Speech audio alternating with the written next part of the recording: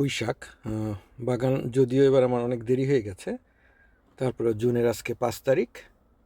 এখনও চেষ্টা করলে পুঁই শাক বপন করে হয়তো শাকও খাওয়া যাবে। সামনে ঠান্ডা পড়ার আগে প্রায় 5 মাসের মতো সময় আছে। এর ভিতরে পুঁই শাক, অগণিত পুঁই শাক আজকে বপন করছি। এগুলো সব ফ্রেশ সিড, বাংলাদেশ থেকে আনা লাল পুঁই শাক, মোটা ডাটা, ফরিদপুরের রাজবাড়ি রাস্তার মোড়ের দোকান থেকে কেনা।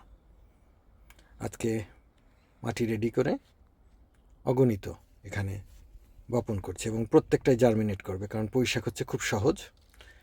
কয়েক ঘন্টা ভিজিয়ে রেখেছিলাম, তারপরে অবশ্য মনে হচ্ছে আর কি এখন শুকনো অবস্থায় বপন করলে আরও একটু বেশি সহজ হতো, তাহলে একটার সঙ্গে আর একটা লেগে যেত না আর কি। তারপরেও এক একটা ফুটাতে 3-4-5টা মানে বীজ পড়লেই হলো আর কি। এগুলো সবগুলি জার্মিনেট করবে, তারপরে এদেরকে সরিয়ে সরিয়ে বাগানের বিভিন্ন জায়গায় অথবা পটে ট্রান্সফার করলে খুব ভালো ফলন পাওয়া যাবে। সাধারণত আমি বীজ থেকেও করি, আবার বাজার থেকে ডাটা কিনে এনে সেগুলোকে প্রপাগেট করি। তো এবছর আর সেটা পারি নাই, তো বীজ থেকেই করছি।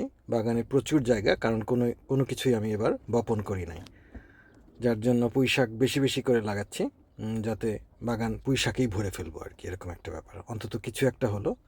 বছরে সামার একটাই, ইংলিশ সামার, যদিও কোনো ওয়েদারের কোনো ঠিক ঠিকানা নাই। আগামী সপ্তাহ থেকে আবার একটু, হয়তো এই মাসের শেষে থেকে আবার একটু গরম হওয়া শুরু করবে।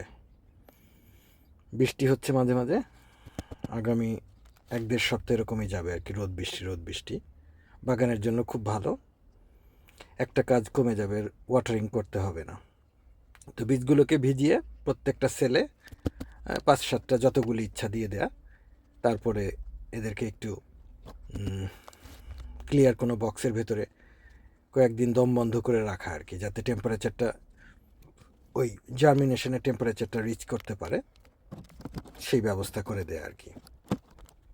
রাত্রিবেলা ঠান্ডা হয়ে যায়, তারপরে দিনের বেলা যে হিট থাকে সেই হিটে এরা সুন্দরভাবে জার্মিনেট করবে, পূর্ব অভিজ্ঞতা তাই বলে আর কি। প্রত্যেকটা সেলে যথেষ্ট পরিমাণ বীজ দিয়ে মাটিটাকে ভিজিয়ে একটা ক্লিয়ার লিড দিয়ে ঢেকে গ্রিন হাউসে রেখে দিলাম। কয়েকদিন পরেই হয়তো এই সপ্তাহে আজকে হচ্ছে শুক্রবার, হয়তো আগামী শুক্রবারের ভেতরেই এরা সব বেরোয় যাবে আর কি, এবং খুব তাড়াতাড়ি এরা বড় হয়ে যায়। এমরানি লিফ, তারপরে ট্রু লিফ, এরপরেই তো আমরা কেটে খেয়ে ফেলতে পারি আর কি।